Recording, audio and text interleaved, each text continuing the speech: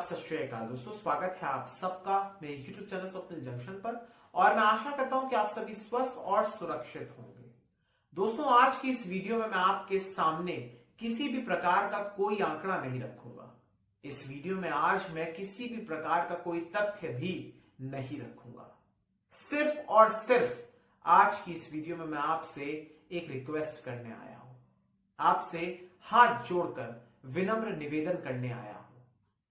और वो निवेदन ये है दोस्तों कि आप कहीं इसे भूल तो नहीं गए हैं, इस सैनिटाइजर को कहीं आप भूल तो नहीं गए हैं, या फिर आप क्या इस मास्क को कहीं भूल तो नहीं गए हैं। अगर आप नहीं भूले हैं तो आप बहुत अच्छे नागरिक हैं, आप इस देश के सच्चे देशभक्त हैं, आप मानवता के पुजारी हैं, क्योंकि आपको ना सिर्फ अपनी सेहत का ख्याल है बल्कि आपको अपने प्रियजनों की भी सेहत का ख्याल है और हमारे देश की भी सेहत का ख्याल है।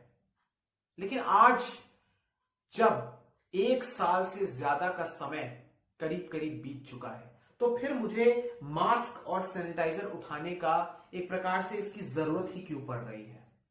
दोस्तों, जरूरत इसलिए पड़ रही है क्योंकि हमारे देश के भीतर ऐसे कई राज्य हैं जहां पर लगातार कोविड-19 के संक्रमित मरीजों की संख्या बढ़ रही है।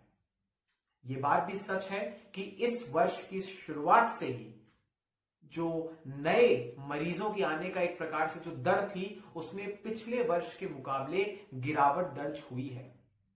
लेकिन एक बार फिर से लगातार मामलों में वृद्धि देखी जा रही है। कुछ राज्यों का अगर मैं जिक्र करूं तो इसमें सबसे ज्यादा केसेस महाराष्ट्र में सामने आए हैं, इसके बाद केरल में सामने आ रहे हैं, पंजाब में सामने आ रहे हैं, मध्य प्रदेश में आ रहे हैं, छत्तीसगढ़ में आ रहे हैं। ऐसे कई राज्य हैं जहां पर लगातार जो इंक्रीज है वो नए केसेस में रोजाना देखा जा रहा है पिछले कुछ दिनों से। देश की भी अगर मैं बात करूं तो देश में भी 14,000 से ज्यादा केसेस सामने आए हैं। लिहाजा हमारे देश में इन राज्यों का जब मैंने जिक्र किया, जिन राज्यों का मैंने नाम लिया, अगर आप इन राज्यों में नहीं रहते हैं तो भी आपको सतर्कता बरतने की आवश्यकता है। यह भी सच है कि हमारे देश में जब पिछले बरस जब लॉकडाउन लगा तो उसके बाद से आपने देखा कि लोगों के भीतर डर था, लेकिन जैसे जैसे समय बीतता गया, जैसे जैसे हम पहले पूर्ण रूप से हम लोग तालाबंदी के भीतर कैद थे, जून आते आते जब आंशिक रूप से उसमें ढील देना शुरू हुआ और उसके बाद जब सितंबर के बाद से ही धीरे धीरे सही अर्थव्यवस्था को पटरी पर लाने की दिशा में जब एक प्रकार से ताले को खोला गया, यानी अनलॉक की प्रक्रिया में देश आना शुरू हुआ धीरे धीरे, उसके बाद से लोगों ने विशेष रूप से सार्वजनिक स्थानों पर, चाहे वो कोई भी धार्मिक स्थल हो या बाजार हो या फिर कोई गली हो या फिर कोई मोहल्ला ही हो या फिर स्कूल कॉलेजेस भी जब धीरे धीरे खुले या सार्वजनिक परिवहन के साधन हो या कहीं भी हो, चाहे निजी आयोजन भी क्यों ना हो, हर जगह आपने ऐसे लोगों को देखा होगा जो बड़ी संख्या में बिना मास्क के हैं। मास्क ही नहीं बल्कि अपने चेहरे को ही नहीं ढक रहे हैं। शायद उनके भीतर इस प्रकार का अति आत्मविश्वास आ गया है कि अब उन्हें कोरोना नहीं होगा। और फिर उसके बाद जब इस साल की शुरुआत में जब वैक्सीन का ऐलान हुआ, जब हमारे देश के भीतर 2 वैक्सीन को लगाने की अनुमति मिल गई, कोविशील्ड और कोवैक्सीन, तो उसके बाद से तो कहीं ना कहीं लोगों के भीतर इस बात का भ्रम जरूर आ गया है कि अब कोविड जा चुका है, यानी कोरोना वायरस अब नहीं आएगा। ऐसा नहीं है। जिन राज्यों का मैंने जिक्र किया या जिस तरीके से मैं आपको बता रहा हूं, जिन परिस्थितियों का मैं जिक्र कर रहा हूं, वो परिस्थितियां आपने भी देखी होंगी और कहीं ना कहीं आप भी रोजाना की बुनियाद पर विचलित जरूर होते होंगे, लेकिन आप कुछ कर नहीं पा रहे होंगे। इसलिए मैं आपसे इस वीडियो के माध्यम से ये कहना चाहता हूं, आप तमाम दर्शकों से हाथ जोड़कर विनती करना चाहता हूं कि अगर आप मास्क नहीं लगाते हैं, अपने चेहरे को किसी फेस कवर से नहीं ढकते हैं, तो ये आपके लिए खतरनाक साबित हो सकता है। कोरोना वायरस का जो विषाणु है, कोरोना वायरस जो है, ये गया नहीं है। वैक्सीन लगना एक अलग बात है, लेकिन सिर्फ वैक्सीन के सहारे ही बैठे रहना ये बहुत गलत बात है। वैक्सीन अभी आपको नहीं लगेगी। जो देश के आम नागरिक हैं उनको वैक्सीन नहीं लगेगी। पहले हमारे स्वास्थ्य कर्मचारी जो फ्रंट लाइन वर्कर्स हैं उनको प्राथमिकता के आधार पर टीका लगाया जा रहा है, जिसके तहत अलग अलग राज्यों में, देश के कमोबेश सभी राज्यों में इन सबको मिलाकर लाखों लोगों को टीका लगाया जा चुका है। लेकिन देश की आबादी 130 करोड़ है। और एक बात मैं आपको और बताना चाहूंगा कि हमारे देश में एक बड़ा हिस्सा ऐसा है जो अभी तक इस वायरस से अफेक्ट नहीं हुआ है, प्रभावित नहीं हुआ है, लिहाजा उसके इस वायरस के कांटेक्ट में आने के चांसेस ज्यादा हैं। इसलिए आपको, यदि आप कहीं बाहर जा रहे हैं, कृपया करके, हाथ जोड़ रहा हूं मैं, कृपया करके आपको अपने चेहरे को जरूर ढकना है। मास्क लगा लीजिए, ये सर्जिकल मास्क है, कपड़े का मास्क लगा लीजिए, कॉटन का जो होता है वो लगा लीजिए, जो वॉशेबल भी होता है, ये वाला रियूजेबल नहीं होता है।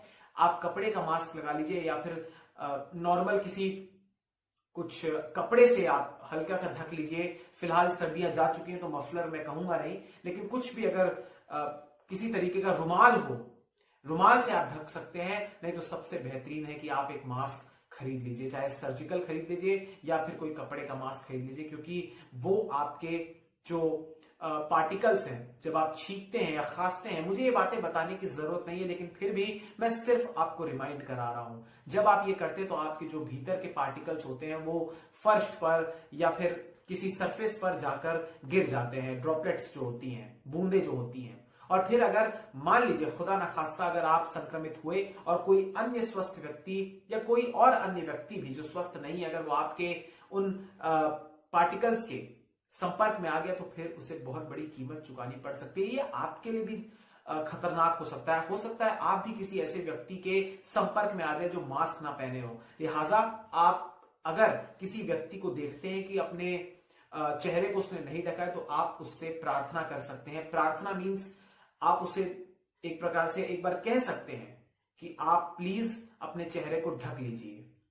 अगर वो नहीं ढकता है तो आसपास अगर कोई भी ट्रैफिक वार्डन हो या फिर कोई भी अगर आपको ऐसा व्यक्ति दिख रहा है जो पुलिस का हो या कोई भी हो, आप उनसे इस बात की जानकारी उनको सूचित कर सकते हैं, फिर आगे वो देख ही लेंगे। क्योंकि ये हम सब के लिए है, ये जनहित के लिए है। ये मास्क कुछ ही समय की बात है। अगर हम इस समय तमाम एहतियातों का पालन कर लेंगे तो फिर हमारा भविष्य बहुत अच्छा हो जाएगा। और फिर ये सैनिटाइजर दोस्तों, इस सैनिटाइजर का आपको उपयोग करना है जब आपके पास पानी की सुविधा नहीं है। पानी है, बेहतरीन चीज है, आप अपने हाथों को धो लीजिए नियमित रूप से। नहीं है पानी की सुविधा तो आप इस सैनिटाइजर से अपने हाथों को धो लीजिए। और एक अंतिम बात ये दोस्तों कि आप अपने हाथों को ऐसे फैला लीजिए और फैलाने के बाद आप इतनी दूरी कम से कम इतनी दूरी अपने राइट और लेफ्ट साइड पर रखें और इतनी ही दूरी अपने आगे पीछे भी रखें। जब आप इतनी दूरी रखेंगे कम से कम, तो फिर आप सेफ रहेंगे। कोशिश कीजिए कि भीड़ भाड़ वाले इलाकों में ना जाएं।